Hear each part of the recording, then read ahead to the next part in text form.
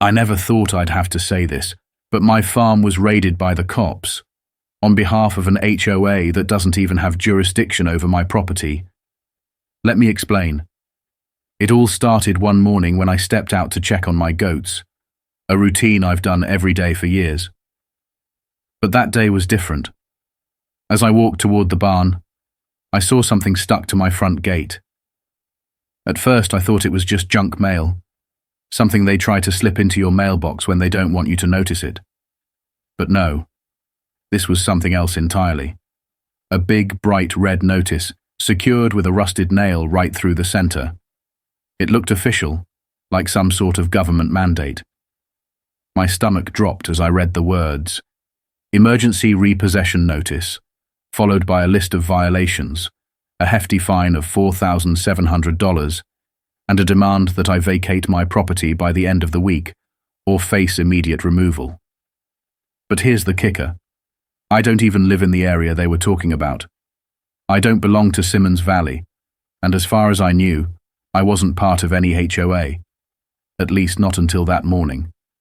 And there it was, signed by Karen Whitaker, president of the Simmons Valley HOA. But I don't live in Simmons Valley. I live next door, in a neighboring area where no HOA exists. So why was she suddenly claiming authority over my land? I was staring at this notice, trying to make sense of it, when the full scope of it hit me. She wasn't just enforcing some rules. She was trying to take control of my property, and I wasn't about to let her. At first I thought maybe it was just a scare tactic, a ridiculous bluff to get me to comply. But then, about half an hour later, I saw a matte black SUV pulling into my driveway. Not your average visitor. Two guys climbed out, one of them with a clipboard, the other looking like he just stepped out of a military training exercise, sidearm strapped to his hip, and a buzz cut that screamed, "I almost made it through the police academy." They weren't just here for a friendly chat. No, they had a job to do. They said they were here to perform a visual inspection on behalf of the Simmons Valley HOA. I stared at them, blinking in disbelief. I didn't know what to say at first. You can't just roll up and start inspecting someone's property without a warrant. So I asked them flat out if they had one. The guy with the clipboard started rattling off some legal jargon, quoting municipal codes and emergency protocols, all of which boiled down to, "We don't need your permission." But I wasn't having it. I knew my rights, and they weren't getting anywhere near my barn or my property with that kind of attitude. I stepped in front of them, firm and direct. "Unless you're law enforcement or have a legally binding warrant, you're trespassing," I told them. The guy with the clipboard gave me a smug smile, as if he'd just won a battle, and pulled out his phone. "We'll be noting your resistance," he said. "This will escalate." I smiled back. "Oh, I hope so. I love paperwork." I wasn't intimidated, not even by their threatening stance or their tactical gear. They turned to leave, but not before I saw something strange taped to the inside of their windshield. A laminated, crooked HOA badge. It didn't look real at all. It looked homemade. I pulled out my phone and snapped pictures of everything, the SUV, their badges, their gear. Then I posted it online in a local community board, labeling it, "New HOA cosplay unit spotted." I was half joking, but it didn't take long before the comments started flooding in. A few neighbors said they'd seen the same people showing up at their places, claiming to inspect barns, grain bins, and livestock for supposed violations. One guy wrote, "This isn't compliance, this is intimidation." Old Man Duffy, a neighbor from 4 houses down, chimed in with something that made me laugh. "I told you all years ago, Karen's HOA ain't a neighborhood group, it's a damn cult." As I was reading the comments, my phone rang. The last person I expected to hear from, Karen herself. When I answered, she didn't even greet me. No hello or pleasantries, just her voice, smug and dripping with confidence, saying, "Mr. Callahan, I'm calling to confirm that you've received the formal notice. It took every ounce of restraint not to laugh. The one that was illegally nailed to my gate? I responded. She shot back. Nailed is a harsh term. It was secured for visibility. And it's not illegal under the new emergency expansion guidelines. I wasn't having it. What guidelines? I never received any notice about this. It was for residents of Simmons Valley, she explained, in the tone of someone who just finished explaining how the world works to a child. But I'm not in Simmons Valley, I reminded her. She didn't skip a beat. You are now, she said, before hanging up. Just like that, she decided I was part of her HOA. I sat there, holding the phone, trying to wrap my head around what just happened. She had no legal authority over me, and yet, she was acting like she could dictate the terms of my life. Later that night, I walked out to check on the property again and found something that made my blood run cold.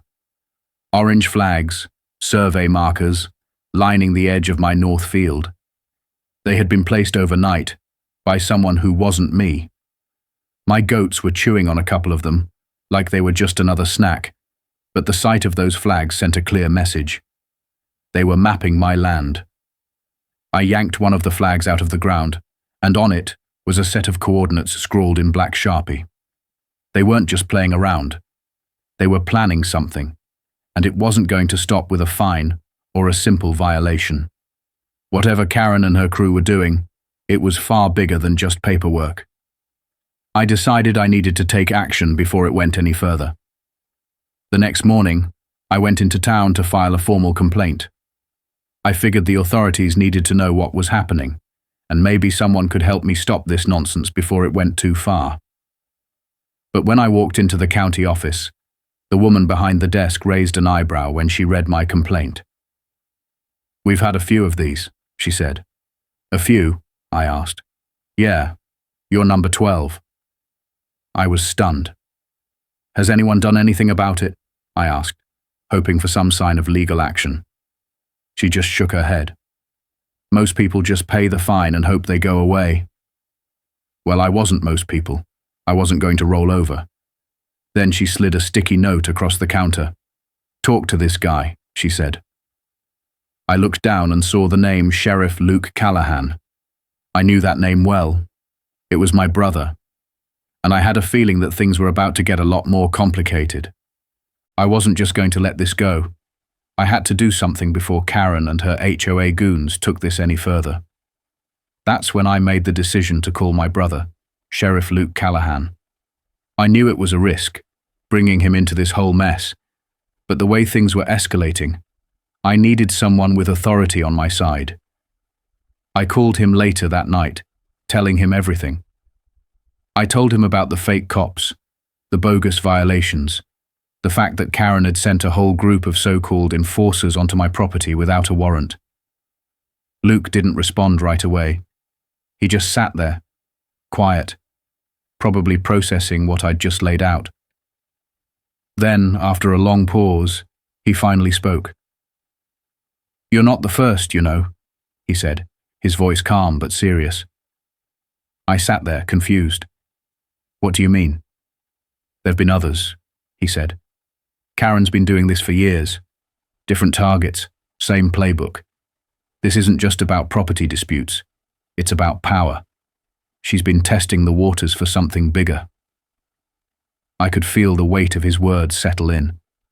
This wasn't some rogue HOA president throwing her weight around. Karen wasn't acting alone. There was something much larger going on here, something I wasn't even close to understanding. "But why me?" I asked. "Why my farm?" There was another pause, this one longer than the first, and then he finally said, "Because you're not backing down."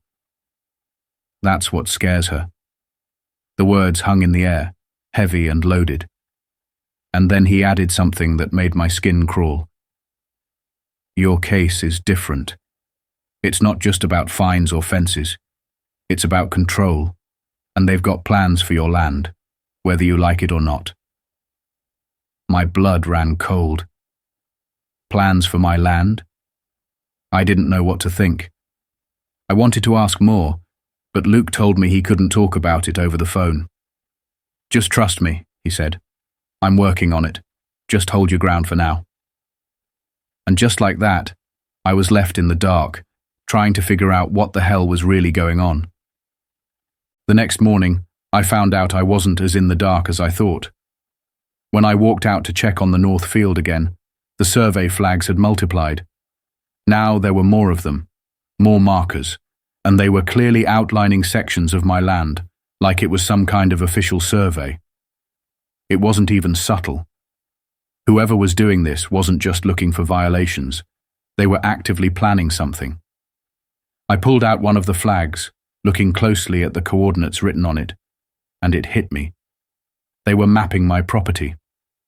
Not just the boundaries of the farm, but specific spots on the land, like they were preparing to make a move. I immediately got on the phone and called the county office again. The woman who had helped me earlier sounded just as tired as before, but when I told her about the new markers, she didn't brush me off. She actually seemed concerned. "This is getting out of hand," she said. "You should file a report. Let's get this on the record at least." She handed me a sticky note with the name of a local officer I could speak to about filing a formal complaint. But what caught my attention was the note at the bottom. "Talk to Sheriff Luke Callahan. He's got a good handle on these types of situations." At that moment, I knew Luke was more involved than he had let on. He wasn't just my brother. He was the one who had the power to stop this. I wasn't sure if I could trust everyone at the county office, but I knew one thing for sure. I could trust Luke. That night, I called him again. I told him about the markers, the flags, and how it felt like they were gearing up to make a play for my farm. There was a long silence on the other end of the line, and then Luke said something that confirmed what I already suspected. "They've been doing this for a while, and they're not just after your property," he said. "They've got bigger plans. You're a target now because you're in the way." The way he said it made everything click. Karen wasn't just after some fines or zoning violations. This was about something much bigger. She had an agenda, and I was standing in her way. I didn't know what that agenda was yet, but I was about to find out. Luke didn't tell me everything, but he did give me some advice that I wouldn't soon forget. "Hold your ground," he said. "Don't let them push you off your land. If they escalate, we escalate." I agreed, though I had no idea what kind of escalation he meant. But the next morning, as I was walking the perimeter of the farm again, I saw them. 4 black trucks, idling at the end of my gravel road. They weren't parked like a group of workers showing up to do a job. They were parked like they owned the place. And when I saw who was stepping out of the trucks, my blood ran cold. 6 people in khaki gear, radios on their belts, clipboards in hand, and one of them was holding a drone remote. It was like they'd watched too many action movies and thought they were law enforcement.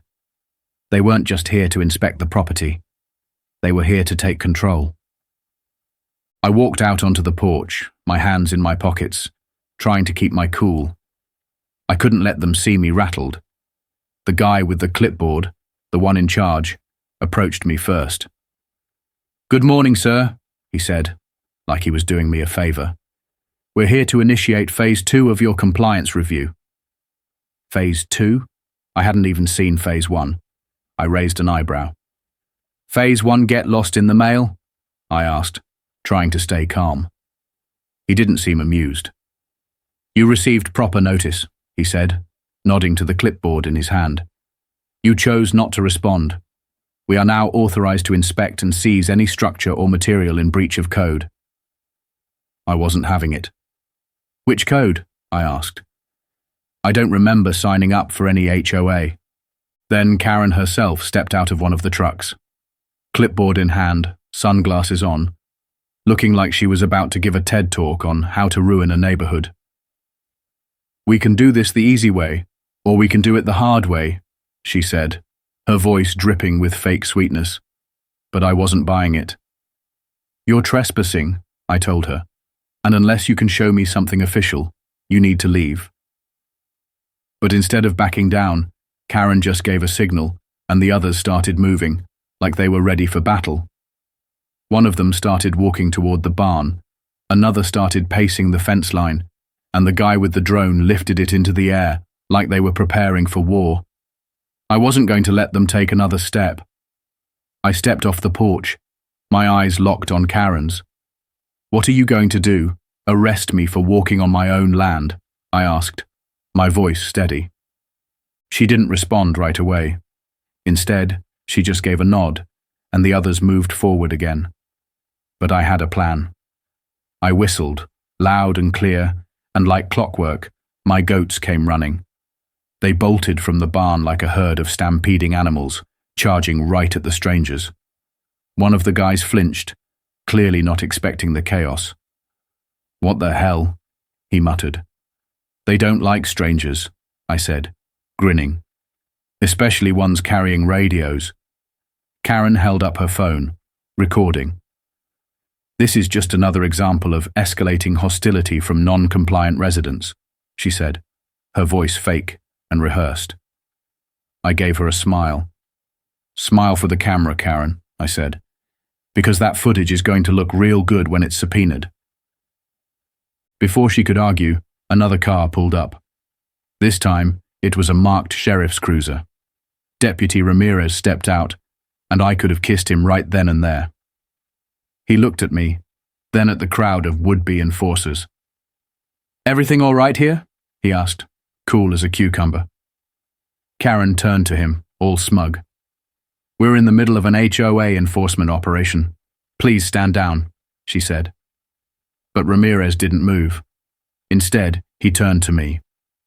Did you invite these people? He asked. I shook my head.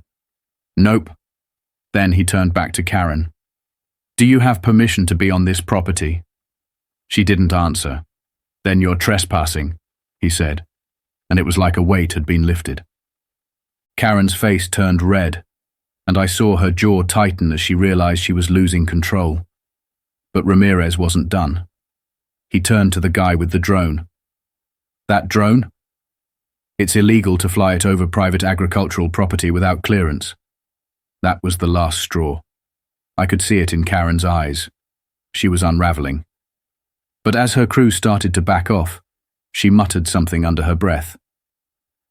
I hope your niece enjoys applying for scholarships from an off-grid property with multiple violations. My blood ran cold. She was threatening my niece now. That was it. Luke was right. This wasn't just about property. It was about destroying anyone who stood in her way. As the days passed, things only got worse. It was clear now that Karen wasn't just some overzealous HOA president. She was someone who'd been planning this for years, and she wasn't going to back down without a fight. Every day I could feel the pressure building. It wasn't just the constant tension between me and the HOA. It was the fact that Karen and her team had this aura of unshakable confidence. They believed they had the power to do whatever they wanted, no matter what the law said. But I wasn't going to let them bulldoze over me. I had no idea how far Karen was willing to take this, but I did know that I couldn't afford to be caught off guard again. So, I began fortifying the farm. I made sure the fences were solid, that the gates were locked tight, and that every inch of the property was secured. I even started setting up cameras around the barn, documenting everything that was happening. It wasn't just about protecting my land anymore. It was about making sure I had all the evidence I'd need if things got any worse. And I knew, deep down, that things were only going to escalate. Then, one morning, it finally happened. I was out by the barn, sipping coffee and watching the goats ramble around, when I heard the all-too-familiar sound of vehicles pulling up.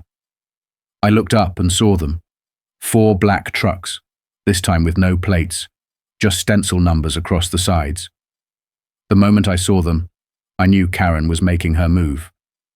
I wasn't sure what phase 2 of her plan was, but I had a bad feeling about it. Sure enough, as I stood there on my porch, I watched as 6 people in full khaki gear climbed out of the trucks. They were armed with radios, clipboards, and one of them even had a drone remote. It was like watching some kind of high-budget movie about corporate overlords. Only this was my life. They weren't here to check my mailbox. They were here to intimidate, to assert dominance. They were here to push me to my breaking point. But I wasn't going to let that happen. The guy in charge, clipboard in hand, stepped forward first. "Good morning, sir," he said in that sickeningly sweet voice that people use when they're about to pull something shady. "We're here to initiate phase 2 of your compliance review." I didn't miss a beat. "Phase 1? Did I miss that in the mail?" I asked, raising an eyebrow. He didn't like that. He shot back, "You received proper notice. You chose not to respond. Now, we are authorized to inspect and seize any structure or material in breach of code." I could see where this was going. They had no legal ground to stand on, but they were trying to force their way through with intimidation. That's when Karen made her appearance. She walked out from one of the trucks, clipboard in hand, sunglasses on, like she was about to give a presentation at some corporate seminar. The way she looked at me, like she was in charge, made my blood boil. "Good morning," she said, smiling like she was doing me a favor. "We're here to initiate phase 2 of your compliance review." I couldn't help but laugh. "You mean the phase where you try to steal my land and violate my rights?" She didn't like that, but she kept her composure. "We can do this peacefully," she said, "or we can escalate. It's your choice." My choice? What kind of choice was that? What was she even talking about? Escalate how? She was already overstepping her bounds. I wasn't about to let her intimidate me. I stepped forward, my hands in my pockets, calm but firm. "You're trespassing," I said, my voice unwavering. "And unless you have a legal warrant or permission to be here, you need to leave." Karen didn't back down. She gave a small nod, and that's when the others started moving, like they were part of some well-rehearsed military drill. One of them started walking toward the barn, another began walking the fence line, and the guy with the drone started lifting it into the air. They were treating this like some kind of hostile takeover, and I wasn't about to stand by and let them take control of my land without a fight. I knew I had to make a move. I wasn't just going to let them do whatever they wanted. So I took a deep breath, whistled loudly, and called for my goats. They were all the way on the other side of the barn, but as soon as they heard me, they came running, fast. They were stampeding toward the group of people trying to invade my space. It was chaos. The look on the faces of the so-called compliance officers was priceless. One of them even flinched, not knowing what to do with a herd of goats barreling toward them. "What the hell?" one of them muttered. "They don't like strangers," I said with a grin, "especially ones with radios." The goats were loving it, charging at them like they were a bunch of intruders. Karen, however, wasn't amused. She immediately whipped out her phone and started recording. "This is just another example of escalating hostility from a non-compliant resident," she said, her voice dripping with fake concern. I wasn't having it. "Smile for the camera, Karen," I said, flashing a grin. "That footage is going to look great when it gets subpoenaed." I had no idea how much longer they were going to hang around, but I wasn't worried about them anymore. They couldn't intimidate me. I had the upper hand. But just when I thought they might back off, something unexpected happened. Another car pulled up. This time, it was a marked sheriff's cruiser. The deputy who stepped out wasn't one of Karen's hired goons. He was the real deal, Deputy Ramirez. I had known him for years, and I was relieved to see him show up. He walked over to me, calm and confident, not rattled by the situation at all. "Everything all right here?" he asked. Karen, clearly not expecting him to show up, immediately turned to him, trying to act like she was in charge. "We're in the middle of an HOA enforcement operation," she said, her voice tight with anger. "Please stand down." Ramirez looked at her for a moment, then turned to me. "Did you invite these people?" he asked. I shook my head. "Nope."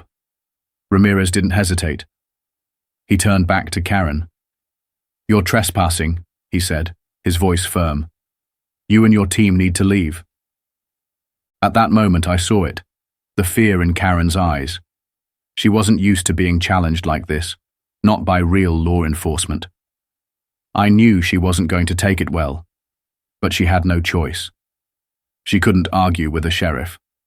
The deputies started moving in on her crew, telling them to step away from my property, but Karen wasn't done yet. She had one last card to play. "I hope your niece enjoys applying for scholarships from an off-grid property with multiple violations," she hissed at me. My blood ran cold. That was the moment I realized how deep this went. Karen wasn't just after my farm. She was willing to go after my family too. And that was a line I wasn't about to let her cross. Ramirez caught the threat, and his expression hardened. "You're done here," he said. "Step away, now." Karen's crew started to back off, but she wasn't giving up so easily. She muttered something under her breath, but it was clear that she was out of options. As they walked away, one of her guys looked back at me, his face full of hesitation. I noticed the doubt in his eyes. He wasn't sure anymore. But Karen barked at him to keep moving, and he turned away. One thing was clear. They were defeated. For now. But I knew this wasn't the end. Not by a long shot. Karen wasn't going to just pack up and walk away. She was ruthless, and I could see it in her eyes. This wasn't over yet. I had the law on my side, but Karen had something even more dangerous: patience. I wasn't just fighting her now. I was fighting a system that she had been building for years, and it was going to take everything I had to tear it down. Karen's arrest wasn't the final chapter.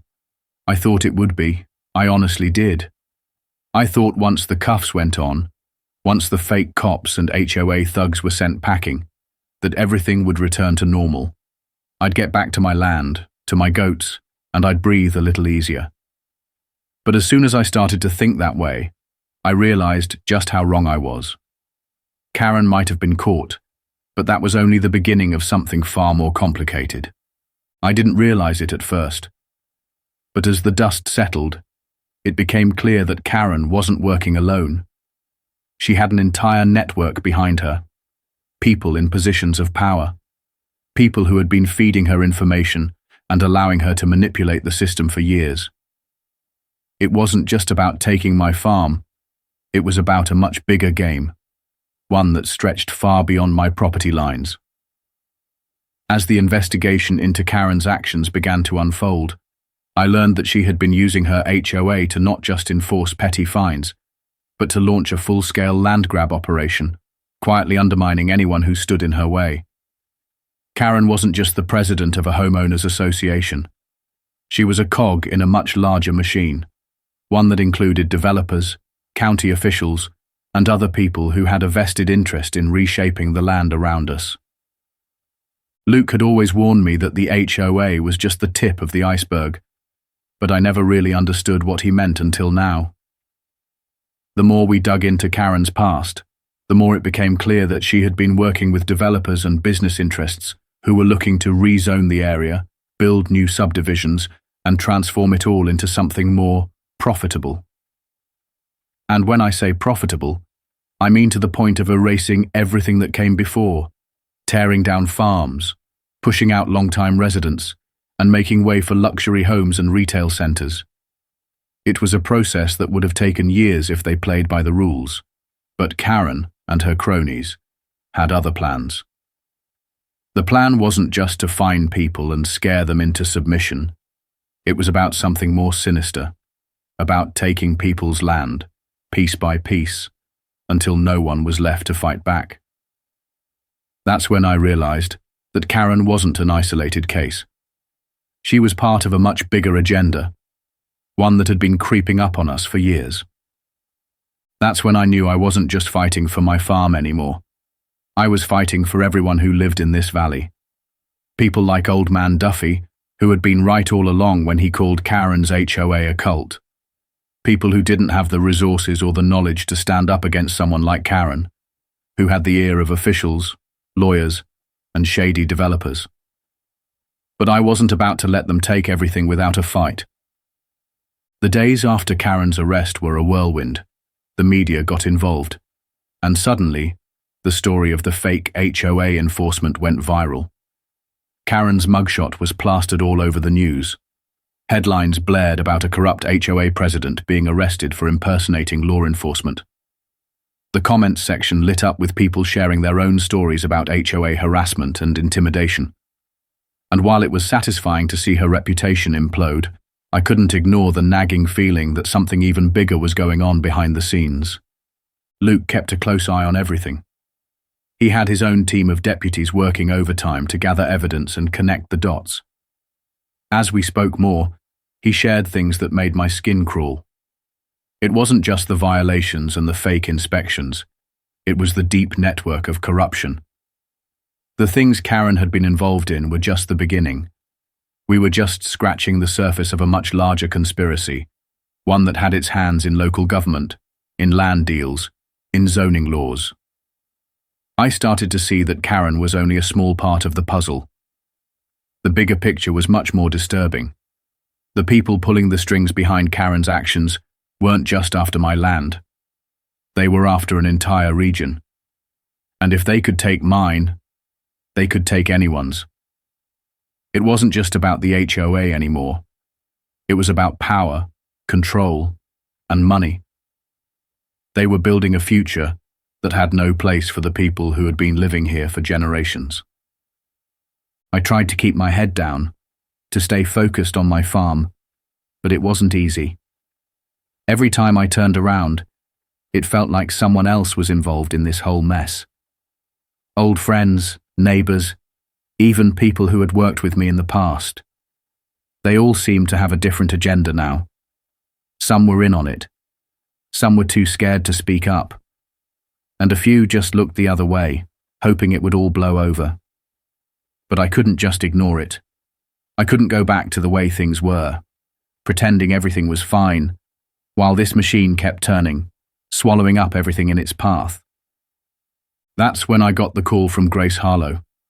She was a rancher about 2 counties over, someone I'd never met, but her name had come up a few times in my research. Grace had been targeted by the same people who had come after me. It wasn't long before I found out that her situation mirrored mine. She'd received the same kind of bogus violations, the same kind of threats. They had even sent the same compliance officers to her land, trying to intimidate her into signing over her property. But she wasn't like most people. She wasn't going to just roll over. She'd fought back and won. Grace had been working with a lawyer who had managed to dig up some of the same documents that Luke and I had been tracking. It was like we were piecing together a larger conspiracy, one that had been brewing for years, and suddenly, everything clicked into place. The people behind Karen were part of a much larger plan, a strategy that had been carefully crafted over decades to push out the people who actually owned the land and replace them with developers, investors, and corporations. Karen's HOA was just the front. The real action was happening in the background, behind closed doors, in the form of shady deals and backroom negotiations. Grace's story gave me hope. It showed me that we weren't powerless in the face of this. If Grace could stand her ground, so could I. Together, we gathered everything we had, files, photos, contracts, legal documents, and shared them with the right people. The state attorney's office was starting to take notice, and things were beginning to shift. But it wasn't over, not by a long shot. After everything we'd uncovered, I knew that Karen's downfall wasn't the end of this story. It was just the beginning. As Luke and I worked tirelessly to gather more evidence, I realized how far this went. This wasn't just about the farm anymore. It was about the entire community, about the future of the land, and about making sure that these people couldn't just steamroll everyone who didn't fit their vision of progress. And that's when I got the letter. It came in a plain black envelope. No return address, no explanation. Just a wax seal and a printed card with a symbol, a triangle overlaid with a stylized house. Below it, coordinates. I stared at the envelope for a long time before opening it. I didn't know whether to throw it away or investigate. But in the end, I knew what I had to do. I logged the coordinates, stored the information, and put it in the same lockbox where my dad had kept his important documents. It wasn't just a reminder of the fight I'd won. It was a warning that there was more to come. The battle wasn't over, not by a long shot. Someone else, somewhere else, was still out there, waiting for their turn. And when they came, I wouldn't be starting from scratch. I realized then that I wasn't just fighting for my farm. I was fighting for everyone who might come after me. This wasn't a fight for land. It was a fight for the future, for the right to stand your ground, to protect what's yours. And no matter what came next, I knew one thing for sure. I wasn't backing down.